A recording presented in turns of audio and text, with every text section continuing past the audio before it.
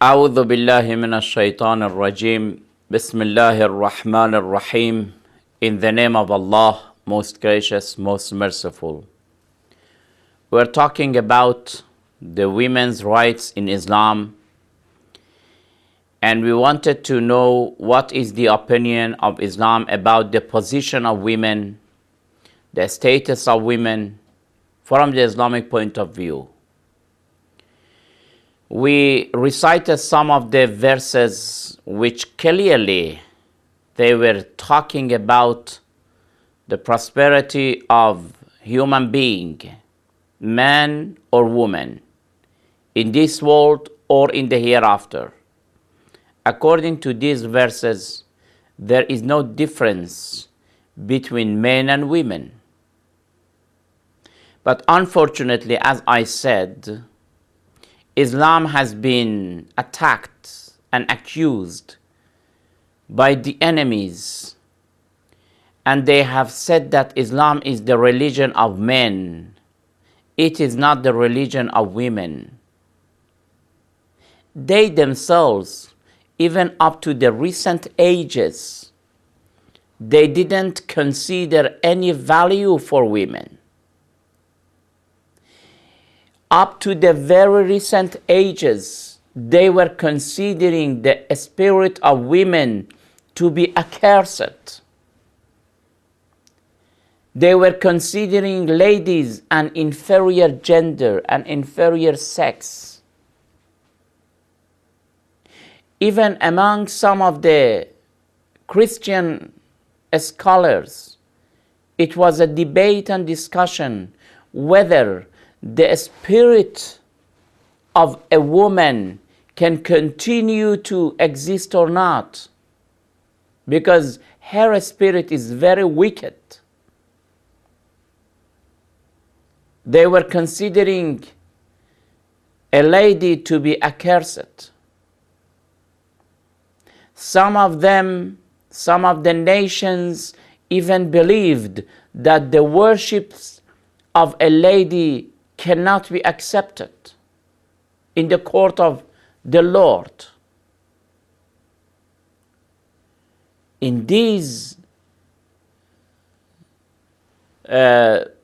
variety of aberrations, of wrong beliefs about women and ladies, 14 centuries ago, Islam is claiming that about these issues, there is no difference between men and women.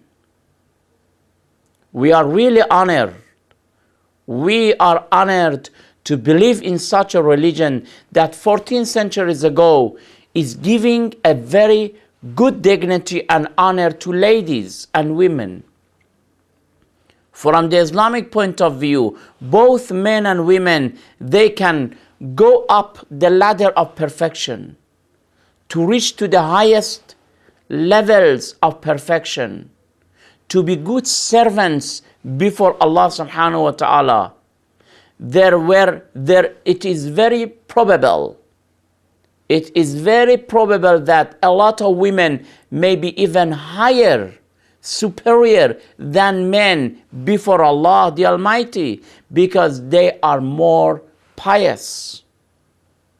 Before Allah, sex is not important. Language is not important. Nationality is not a good criterion. The only criterion is piety, how much you fear of your Lord.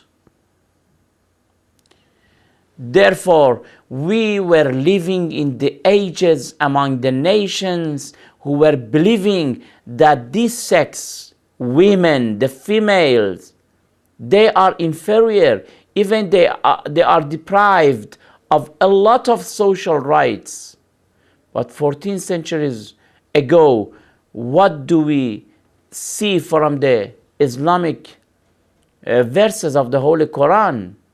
When we refer to the Holy Quran, look at chapter 4, verse 32. What does it say? It says, لِلرِّجَالِ نَصِيبٌ مِّمَّا اكْتَسَبُوا وَلِلنِّسَاءِ نَصِيبٌ مِّمَّا اكْتَسَبْنَ. Really, it is amazing. It is astonishing, because the verse is saying that to the men a share from what they have earned, and to the women a share from what they have earned. When it is talking about earning something, it means that already Islam has given permission for a lady to work, to be in the community, to be active in the society. Because if you are not active, if you don't work, how can you earn money? Islam says that men, if they are working and whatever they are earning, they are theirs. And ladies also are the same. To the men a share from what they have earned, and to the women a share from what they have earned. Chapter 4, verse 32. It shows that Islam is approving of the ownership of ladies. These days, even today, in the age of technology, among the nations, I don't want to mention the countries, there are some countries and nations that women, even they don't have the right to own something. They are an inferior sex. But Islam says that as far as the ownership is concerned, when a woman is working, whatever she is earning, they are hers. The man, her husband, does not have the right to take it, to own it. They are her property. And it is interesting to say that when there is a husband and a wife and they are living together, the man is working, earning some money, the woman is working and earning some money, the woman can save her money in a bank, for example. She is not obliged to spend it in the life, not at all. The expenses of the life that we call it in Islam, an-nafaqa.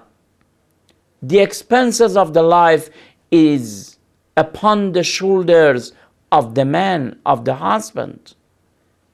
Husband and man must work and must spend it in the life. And at the same time, the woman can own whatever she has earned. This is the very clear meaning. It is nas. There is no ambiguity in this verse. لِلرِّجَالِ نَصِيبٌ مِمَّا اكْتَسَبُوا. Men can own whatever they have earned. وَلِلنِّسَاءِ. And women also can own whatever they have earned. Therefore, as the tradition also says, الناس مسلطون على أموالهم. People have authority upon their properties. It applies both men and women. From the Islamic point of view, men have the right of ownership. Women, they do have this right. There is no difference. Why do they accuse Islam and they say that Islam has disregarded ladies? Islam is the religion of men. Not at all. Please. If you want to know the opinion of Islam, the verses of the Holy Quran are there.